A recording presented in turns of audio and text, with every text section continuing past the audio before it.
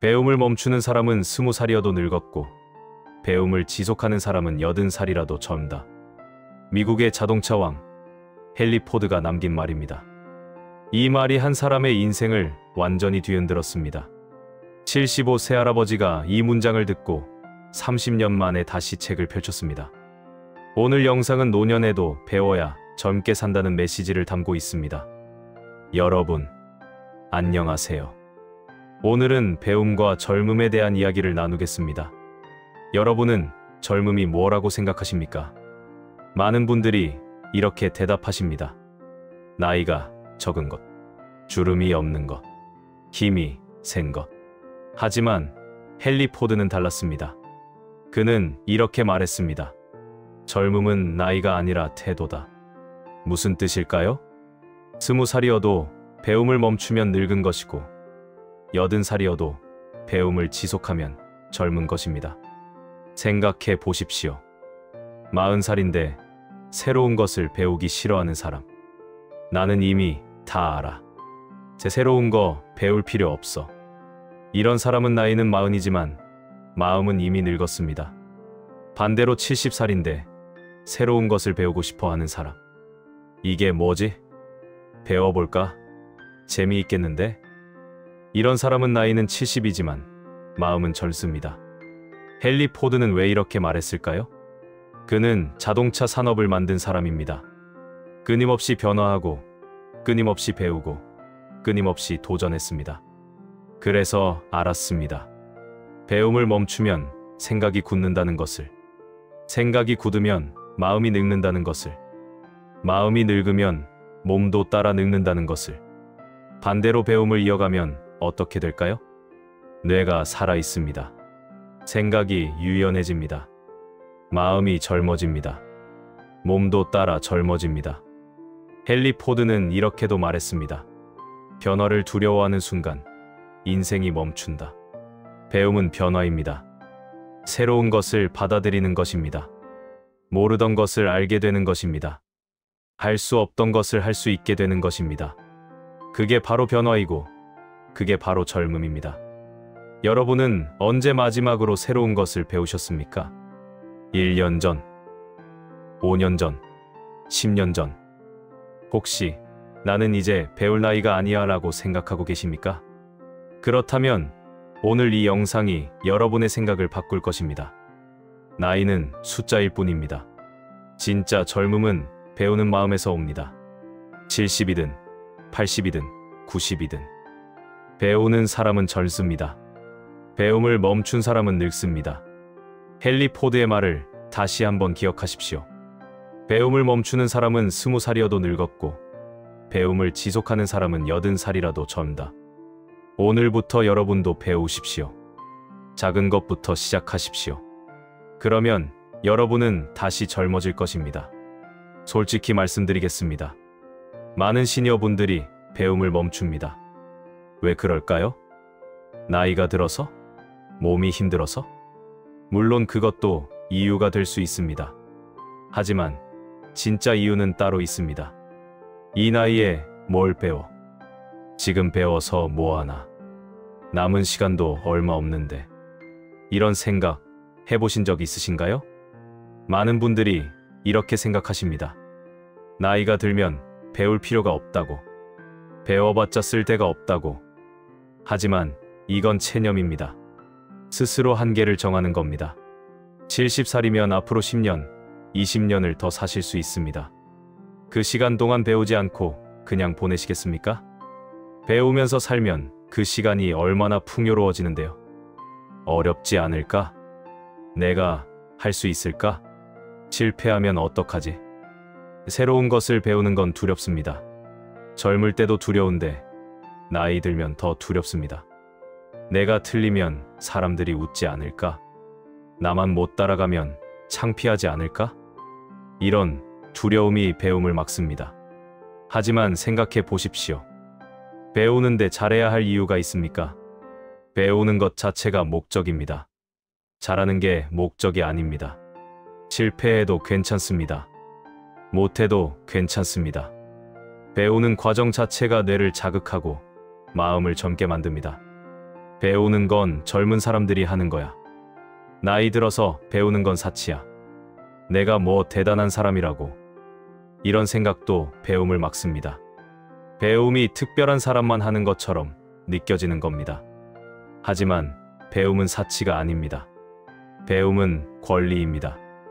누구나 배울 수 있습니다. 70이든 80이든 90이든 나이와 상관없이 배울 수 있습니다. 나이가 들면 몸이 힘들어집니다. 관절이 아프고 눈도 침침하고 귀도 잘 안 들립니다. 그러니 자연스럽게 밖에 나가기 싫어집니다. 사람 만나기 싫어집니다. 새로운 것 하기 싫어집니다. 집에만 있게 됩니다. 그러면 마음도 다칩니다. 에이, 귀찮아. 그냥 집에 있자. 이렇게 되면 배움은 더 멀어집니다. 하지만 역설적으로 바로 이럴 때 배워야 합니다. 몸이 힘들수록, 마음이 다칠수록 배워야 합니다. 배움이 몸과 마음을 다시 살려줍니다. 젊을 때는 배우면 칭찬받습니다. 대단하네, 잘하네, 똑똑하네. 하지만 나이 들어 배우면 어떻게 될까요? 이 나이에 왜 저래? 하고 이상하게 볼까봐 두렵습니다. 노망 났나? 하고 무시할까봐 두렵습니다. 이런 두려움이 배움을 막습니다. 하지만 여러분, 남의 시선 때문에 배움을 포기하시겠습니까? 남은 인생을 남의 눈치 보며 사시겠습니까? 아닙니다. 이제는 나를 위해 살아야 합니다. 남이 뭐라 하든 나를 위해 배워야 합니다. 여러분, 중요한 말씀 드리겠습니다. 노년의 배움이야말로 가장 의미 있는 배움입니다. 왜냐하면 순수하기 때문입니다. 젊을 때는 배움이 목적이 있습니다. 취업하려고, 돈 벌려고, 성공하려고 배웁니다. 하지만 노년의 배움은 다릅니다. 그냥 배우고 싶어서 배웁니다. 즐거워서 배웁니다. 살아있음을 느끼고 싶어서 배웁니다. 이게 진짜 배움입니다. 그래서 노년의 배움이 가장 아름답습니다. 여러분도 다시 시작하십시오. 체념, 두려움, 사치라는 생각, 몸의 불편, 남의 시선. 이 모든 걸 내려놓고 다시 시작하십시오. 배움은 나이를 가리지 않습니다. 이제 실제 이야기를 들려드리겠습니다. 배움을 다시 시작한 시니어들의 놀라운 변화입니다. 세 분의 이야기입니다. 순자 할머니는 78세입니다. 손주가 5명 있습니다. 하지만 손주들과 대화가 잘 안 됐습니다. 왜냐하면 손주들은 휴대폰으로만 연락하기 때문입니다. 카카오톡, 영상통화, 사진 전송. 할머니는 하나도 모르셨습니다. 그래서 손주들이 보낸 메시지를 못 봤습니다. 손주들이 보낸 사진도 못 봤습니다. 손주들은 점점 할머니한테 연락을 안 하게 됐습니다. 할머니는 어차피 못 보시잖아. 할머니는 외로웠습니다. 나는 손주들한테 버림받은 건가? 그러다 어느 날 동네 복지관에서 스마트폰 교실이 열렸습니다. 할머니는 용기를 냈습니다. 한번 배워볼까? 처음엔 정말 어려웠습니다. 카카오톡 설치하는 것도 어려웠습니다. 메시지 보내는 것도 헷갈렸습니다. 사진 찍는 것도 손이 떨려서 잘 안 됐습니다. 하지만 할머니는 포기하지 않았습니다. 선생님한테 여러 번 물어봤습니다. 집에 가서도 혼자 연습했습니다. 한 달이 지나자 조금씩 익숙해졌습니다. 카카오톡으로 손주한테 메시지를 보냈습니다. 손주야, 할머니야, 잘 지내니? 손주가 깜짝 놀랐습니다. 할머니, 카톡 하세요? 응, 할머니가 배웠어. 이제 우리 자주 연락하자. 그날부터 손주들과 매일 연락하게 됐습니다. 손주들이 사진 보내면 할머니도 답장했습니다. 예쁘다. 건강하게 잘 지내렴. 손주들이 영상통화 걸면 할머니도 받았습니다. 얼굴 보면서 이야기했습니다. 할머니는 더 이상 외롭지 않았습니다. 그리고 놀라운 일이 일어났습니다. 손주들이 더 자주 집에 놀러 왔습니다. 할머니, 제가 요즘 이런 거 배우는데 할머니도 하실 수 있어요? 손주들이 할머니를 존경하게 됐습니다. 우리 할머니 진짜 대단하시다. 할머니는 이렇게 말씀하셨습니다. 스마트폰 배운 게 내 인생을 바꿨어요. 손주들과 다시 가까워졌고 외로움이 사라졌어요. 그리고 자존감이 생겼어요. 나도 할 수 있구나 하는 자신감이요. 철수 할아버지는 72세입니다. 평생 수영을 한 번도 안 해봤습니다. 물이 무서웠습니다.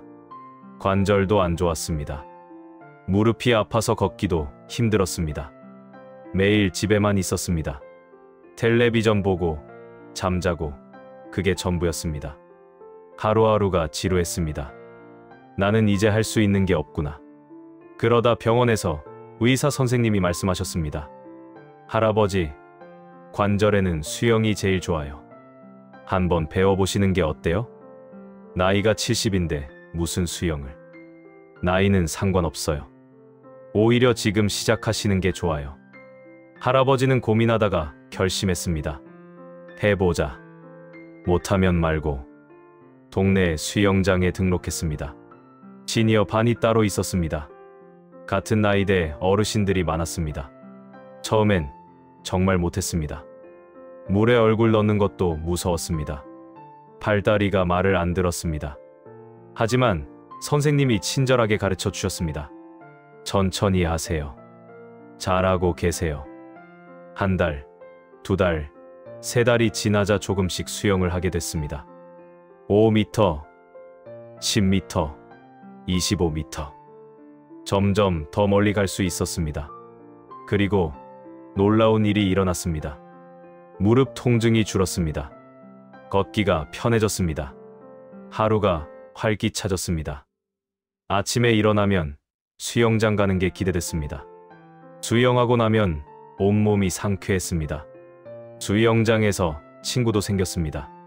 같은 반 어르신들과 운동 끝나고 차 마시며 이야기했습니다. 할아버지는 이렇게 말씀하셨습니다. 수영 배운 게 내 삶을 바꿨어요.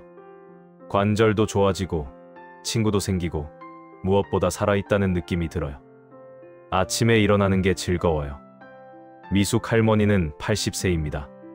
남편은 5년 전에 돌아가셨습니다. 자식들은 다 독립했습니다. 혼자 살았습니다. 외로웠습니다. 우울했습니다. 내 인생이 이제 끝인가. 그러다 어느 날 동네 도서관에서 글쓰기 교실 포스터를 봤습니다. 시니어를 위한 글쓰기 교실.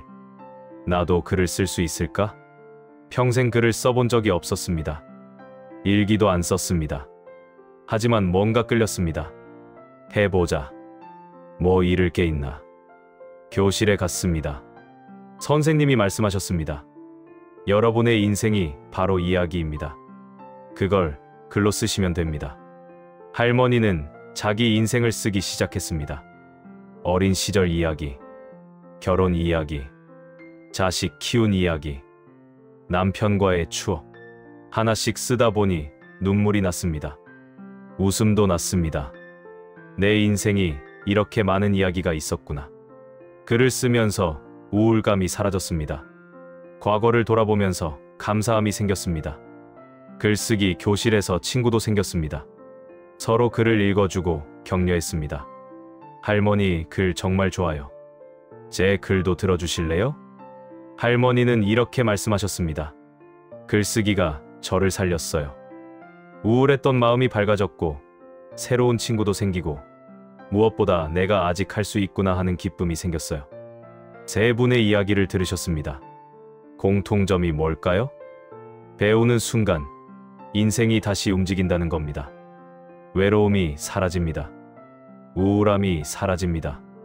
자존감이 생깁니다. 활기가 생깁니다. 친구가 생깁니다. 그리고 가장 중요한 것, 살아있다는 느낌이 생깁니다. 배움은 단순히 지식을 얻는 게 아닙니다. 배움은 젊음을 되찾는 것입니다. 구체적으로 어떤 젊음을 되찾을 수 있을까요? 5가지를 말씀드리겠습니다. 첫 번째 젊음, 뇌 자극으로 인지 저하 속도 늦춤. 나이가 들면 뇌가 퇴화합니다. 기억력이 떨어집니다. 판단력이 떨어집니다. 인지 기능이 저하됩니다. 이건 자연스러운 현상입니다. 하지만 배움은 이 속도를 늦춥니다. 새로운 것을 배우면 뇌가 자극을 받습니다. 뇌신경 세포가 활성화됩니다. 새로운 연결이 만들어집니다. 연구 결과가 있습니다. 평생 배우는 사람은 치매 발병률이 낮습니다. 새로운 언어를 배우는 사람은 인지 기능이 오래 유지됩니다. 악기를 배우는 사람은 뇌 활동이 활발합니다. 왜 그럴까요?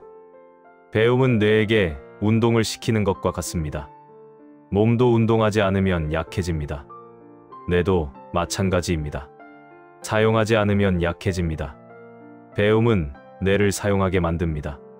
그래서 뇌가 살아있습니다. 여러분, 치매가 두렵지 않으십니까?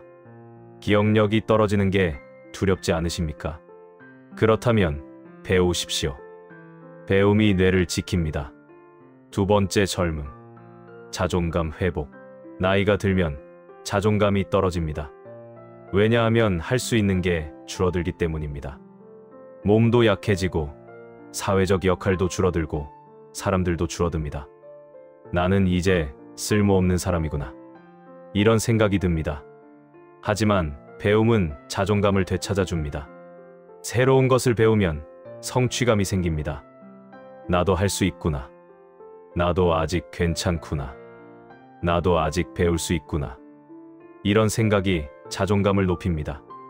앞서 말씀드린 세 분을 기억하십니까? 스마트폰 배운 할머니, 수영 배운 할아버지, 글쓰기 배운 할머니.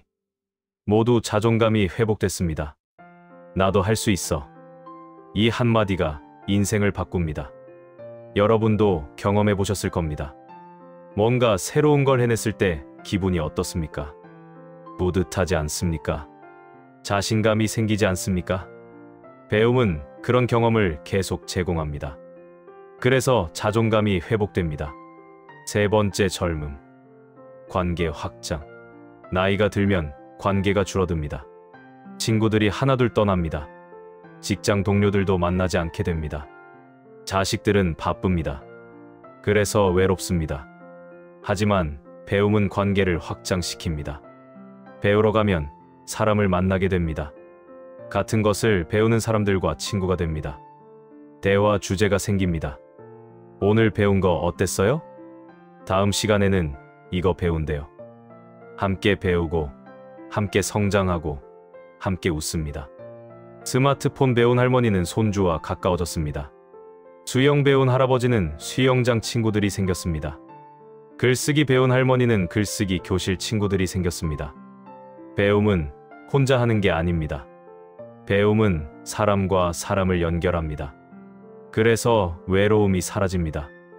네 번째, 젊음. 삶의 리듬 생성. 나이가 들면 하루하루가 똑같아집니다. 아침에 일어나서 밥 먹고 텔레비전 보고 잠자고. 어제도 그랬고 오늘도 그렇고 내일도 그럴 겁니다. 며칠이 한 날처럼 느껴집니다. 일주일이 하루처럼 지나갑니다. 시간이 너무 빨리 갑니다. 왜냐하면 특별한 게 없기 때문입니다. 하지만 배움은 삶의 리듬을 만듭니다. 화요일은 수영 배우는 날, 목요일은 글쓰기 교실 가는 날, 토요일은 스마트폰 배우는 날. 이렇게 되면 하루하루가 달라집니다. 기대가 생깁니다. 내일은 수영 가는 날이네. 기대된다. 오늘은 글쓰기 교실인데 다른 분들 글도 들어봐야지. 삶의 리듬이 생기면 시간이 의미 있게 흘러갑니다. 며칠이 다르게 지나갑니다. 그래서 삶이 풍요로워집니다. 다섯 번째, 젊음. 희망이 생김. 나이가 들면 희망이 사라집니다. 나는 이제 끝이야. 더 이상 할 게 없어. 남은 건 죽음뿐이야. 이런 생각이 듭니다. 미래가 보이지 않습니다. 그냥 하루하루 버티는 겁니다. 하지만 배움은 희망을 만듭니다. 배우면 미래가 생깁니다. 다음 달에는 이걸 배울 거야. 내년에는 저걸 해볼 거야. 언젠가는 이것도 할 수 있을 거야. 이렇게 생각하면 미래가 보입니다. 미래가 보이면 희망이 생깁니다. 희망이 생기면 살아갈 이유가 생깁니다. 헨리 포드가 말했습니다. 배움을 지속하는 사람은 80살이라도 젊다. 왜 젊을까요? 희망이 있기 때문입니다. 미래가 있기 때문입니다. 배움은 나이 든 사람에게 미래를 선물합니다. 그게 바로 젊음입니다. 배움이 시니어에게 주는 5가지 젊음을 정리하겠습니다. 첫째, 뇌 자극으로 인지 저하 속도 늦춤. 둘째, 자존감 회복. 나도 할 수 있다는 자신감. 셋째, 관계 확장. 친구와 커뮤니티 생김. 넷째, 삶의 리듬 생성. 여칠이 다르게 지나감. 다섯째, 희망 생성. 미래가 다시 생김. 이 5가지가 바로 젊음입니다. 나이는 숫자일 뿐입니다. 진짜 젊음은 이 5가지에서 옵니다. 여러분도 배우십시오.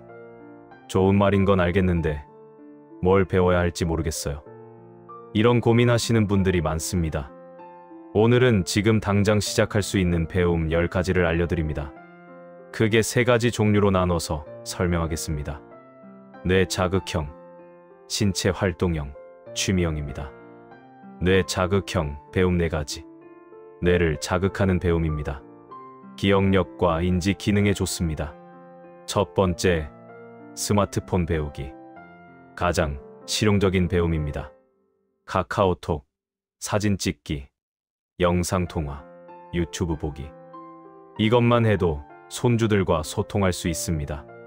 동네 복지관이나 도서관에서 무료 강좌가 많습니다. 혼자 배우기 어렵다면 자식이나 손주한테 물어보십시오. 천천히 하나씩 배우면 됩니다. 어려워 보이지만 막상 하면 할만합니다. 두 번째, 외국어 기초. 영어 단어 5개씩 외우기. 하루에 5개만 외우십시오. 사과는 애플, 물은 워터, 감사합니다는 땡큐. 이렇게 간단한 것부터 시작하십시오. 한 달이면 150개를 외웁니다. 1년이면 1800개를 외웁니다. 뇌 운동에 아주 좋습니다. 외국인 만나면 간단한 인사도 할 수 있습니다. 세 번째, 글쓰기. 자기 인생 이야기를 쓰는 겁니다. 거창하게 책을 쓸 필요 없습니다. 공책에 한 장씩 쓰면 됩니다. 오늘 있었던 일, 옛날 생각나는 일, 자식들한테 하고 싶은 말. 뭐든 좋습니다. 글쓰기는 생각을 정리하게 만듭니다. 뇌를 자극하고 감정을 정리하고 기억을 되살립니다. 치매 예방에도 좋습니다. 네 번째, 유튜브 편집 기초. 요즘은 시니어 유튜버도 많습니다. 유튜브 채널 만들고 영상 찍고 편집하고 올리는 것 어렵지 않습니다. 휴대폰으로도 할 수 있습니다. 자기 일상을 찍어서 올리는 겁니다. 오늘은 이런 음식 만들었어요. 오늘은 이런 산책했어요. 간단한 것부터 시작하십시오. 새로운 도전이고 재미있고 뇌도 자극됩니다. 신체 활동형 배움 3가지. 몸을 움직이는 배움입니다. 건강에도 좋고 기분도 좋아집니다. 첫 번째, 수영. 관절에 부담이 없습니다. 온몸 운동이 됩니다. 심폐 기능이 좋아집니다. 시니어 반이 따로 있어서 부담 없습니다. 처음엔 물에 얼굴 넣는 것부터 시작하면 됩니다. 천천히 배우면 누구나 할 수 있습니다. 두 번째, 요가. 유연성을 키웁니다. 균형 감각을 키웁니다. 낙상 예방에 좋습니다. 호흡도 배우고 명상도 배웁니다. 몸과 마음이 동시에 건강해집니다. 시니어 요가 수업이 많으니 찾아보십시오. 세 번째, 걷기 모임. 가장 쉬운 운동입니다. 동네 걷기 모임에 참여하십시오. 아침마다 모여서 함께 걷습니다. 운동도 되고 친구도 생기고 대화도 나눕니다. 돈도 안 들고 특별한 준비도 필요 없습니다. 그냥 편한 신발만 신고 나가면 됩니다. 취미형 배움 3가지. 즐거움을 주는 배움입니다. 창의력을 키우고 감성을 풍부하게 만듭니다. 첫 번째, 그림 그리기. 수채화, 색연필, 크레파스. 뭐든 좋습니다. 잘 그릴 필요 없습니다. 그리는 과정 자체가 즐겁습니다. 집중하게 되고 잡생각이 사라지고 마음이 평화로워집니다. 동네 문화센터에서 그림 수업이 많습니다. 두 번째, 사진 찍기. 휴대폰으로도 충분합니다. 산책하면서 꽃 찍고 하늘 찍고 풍경 찍고 찍은 사진은 가족한테 보내주십시오. 오늘 이런 꽃 봤어. 대화 주제도 되고 추억도 남습니다. 사진 동호회도 많으니 참여해 보십시오. 세 번째, 악기 배우기. 우쿨렐레나 하모니카를 추천합니다. 크기도 작고 배우기 쉽고 가격도 저렴합니다. 처음엔 간단한 동요부터 연주하면 됩니다. 악기는 뇌를 아주 많이 자극합니다. 손가락 움직임, 리듬 감각, 음감 모두 뇌 운동입니다. 그리고 무엇보다 재미있습니다. 여러분, 이 10가지 중에서 하나만 선택하십시오. 욕심내지 마십시오. 한꺼번에 다 하려고 하지 마십시오. 하나만 선택해서 시작하십시오. 그리고 천천히 하십시오. 배움은 경쟁이 아닙니다. 배움은 즐거움입니다. 잘할 필요 없습니다. 완벽할 필요 없습니다. 그냥 하는 것 자체가 중요합니다. 배움은 크고 거창할 필요 없습니다. 작은 변화가 젊음을 만듭니다. 하루에 영어 단어 5개, 일주일에 수영 1번, 한 달에 그림 1장. 이것만으로도 충분합니다. 이 작은 배움이 쌓이면 큰 변화가 일어납니다. 뇌가 살아나고 자존감이 생기고 친구가 생기고 삶의 리듬이 생기고 희망이 생깁니다. 그게 바로 젊음입니다. 오늘 당장 할 수 있는 것을 말씀드리겠습니다. 첫째, 이 10가지 중에서 하나를 선택하십시오. 마음에 드는 것, 하고 싶은 것, 할 수 있을 것 같은 것, 뭐든 좋습니다. 둘째, 어디서 배울 수 있는지 알아보십시오. 동네 복지관, 문화센터, 도서관, 수영장, 요가센터. 전화해서 물어보십시오. 시니어도 할 수 있나요? 물어보면 친절하게 알려줍니다. 셋째, 등록하십시오. 고민하지 마십시오. 내가 할 수 있을까? 걱정하지 마십시오. 일단 등록하고 시작하십시오. 해보고 안 맞으면 그만두면 됩니다. 하지만 안 해보고 포기하지는 마십시오. 넷째, 첫 수업에 가십시오. 첫 수업이 제일 어렵습니다. 긴장되고 두렵고 어색합니다. 하지만 가십시오. 가면 생각보다 괜찮습니다. 다들 친절하고 선생님도 잘 가르쳐주고 같은 나이대 사람들도 많습니다. 첫 수업만 가면 나머지는 쉽습니다. 배우는 게 정말 도움이 될까요? 나이 들어서 배워도 효과가 있을까요? 이런 의문을 가지시는 분들이 많습니다.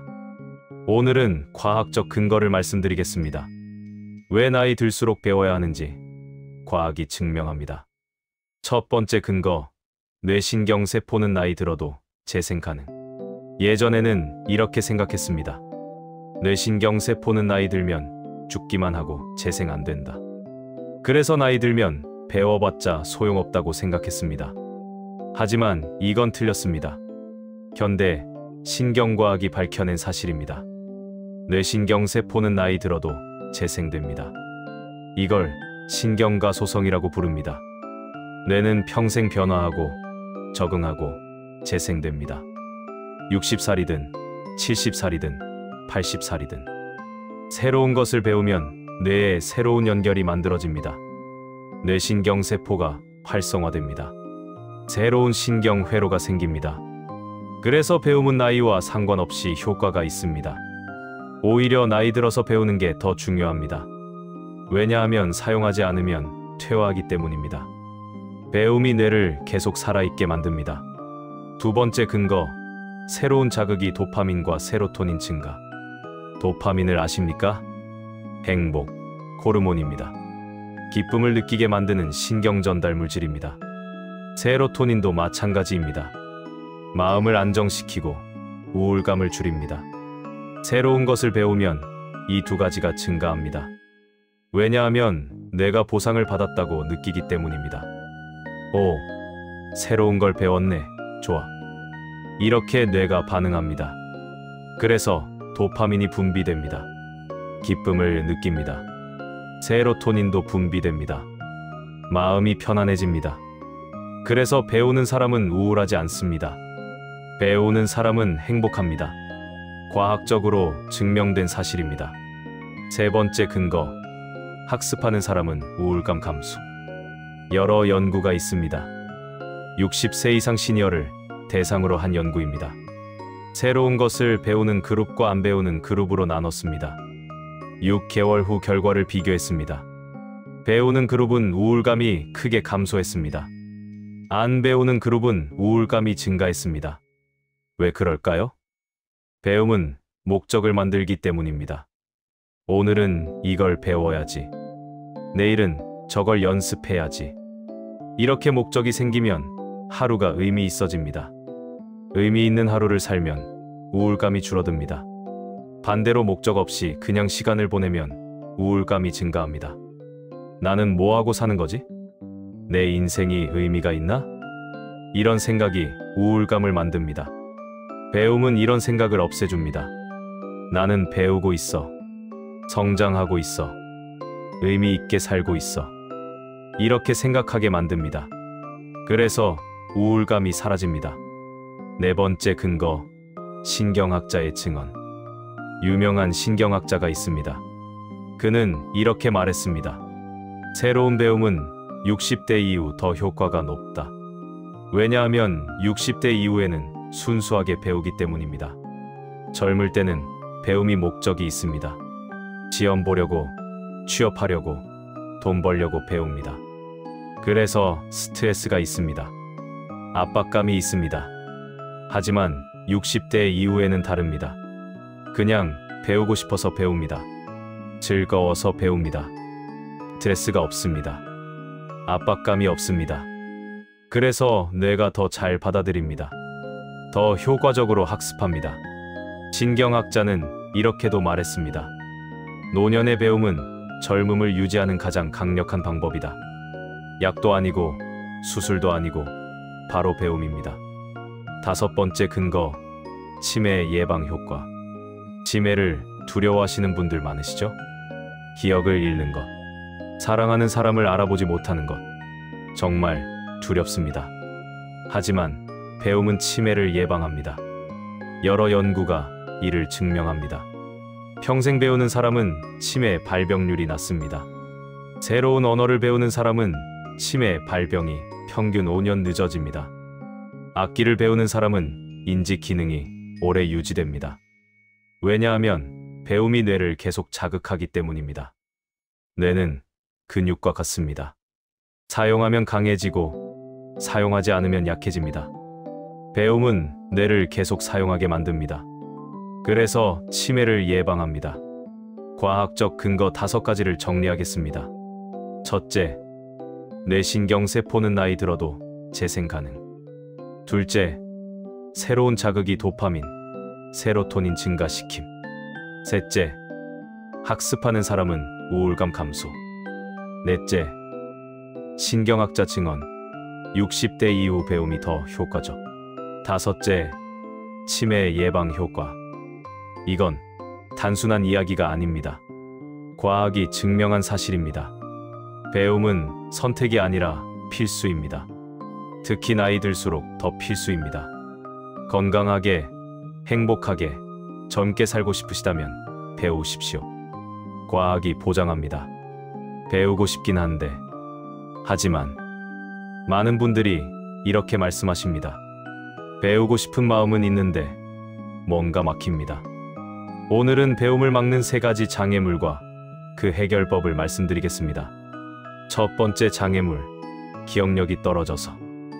나는 기억력이 안 좋아요.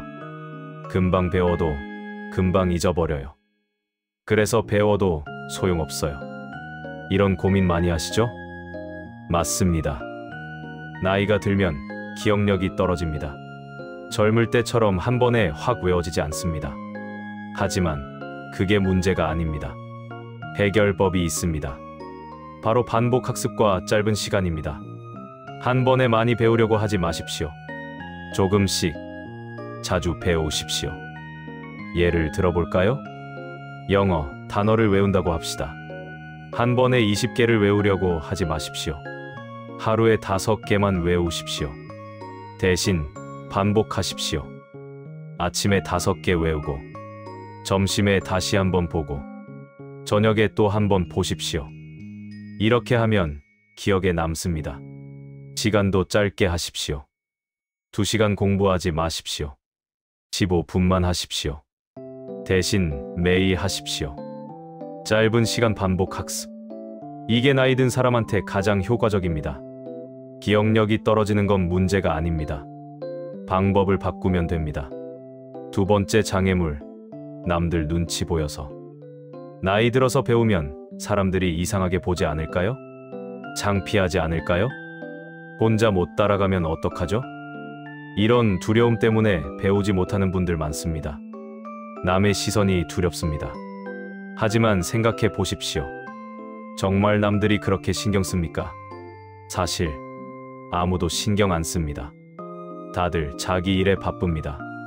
여러분이 뭘 배우든 관심 없습니다.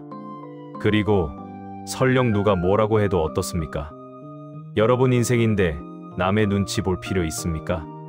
해결법이 있습니다. 시니어 전용 강좌를 찾으십시오. 요즘은 시니어만 모이는 수업이 많습니다. 거기 가면 다 비슷한 나이대입니다. 서로 이해하고 격려하고 응원합니다. 창피할 일이 전혀 없습니다. 혹은 온라인 수업을 하십시오. 집에서 혼자 편하게 배울 수 있습니다. 유튜브에도 무료 강의가 많습니다. 아무도 안 봅니다. 남의 시선 걱정할 필요 없습니다. 그리고 가장 중요한 것, 마음가짐을 바꾸십시오. 남이 뭐라고 하든 나는 나를 위해 배운다. 이렇게 생각하십시오. 남은 인생을 남의 눈치 보며 사시겠습니까? 아니면 당당하게 원하는 것 하며 사시겠습니까? 선택은 여러분의 것입니다. 세 번째 장애물, 몸이 힘들어서. 나이가 들어서 몸이 안 따라줘요. 관절도 아프고 눈도 침침하고 귀도 잘 안 들려요. 그래서 배우러 나가기 힘들어요. 맞습니다. 나이가 들면 몸이 불편합니다. 하지만 그렇다고 배우지 말라는 법은 없습니다. 해결법이 있습니다. 몸이 힘들면 몸을 쓰지 않는 배움을 하십시오. 취미형이나 뇌 자극형을 선택하십시오. 집에서 할 수 있는 것부터 시작하십시오. 예를 들어볼까요?